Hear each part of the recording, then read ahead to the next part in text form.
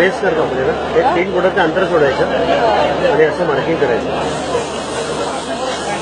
परत मार्किंग आलं ते मार्किंग खाली आणलं. मार्किंग यासाठी केलं आहे की या गोलाच्या आतमध्ये 3 रंग टाकायचे. पहिला रंग त्या मार्किंगवर टाकला. दुसरा रंग टाकताना आधीच्या रंगांमध्ये थोडंसं त्याला मिक्स करून टाकलं. तिसरा रंग हा मध्ये पूर्ण भरून टाकला.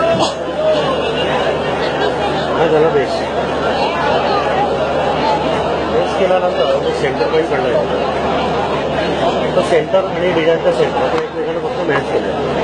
आता जाळीवरती पांढरा, पिवळा आणि पोपटी हे रंग फिक्स आहेत. डिझाईन कोणताही असलं जाईल. लाईट कलर असल्यामुळे ही बेसला वापरायची नाही. सुरुवातीला हिरवा रंग मी बाहेर फिरवला.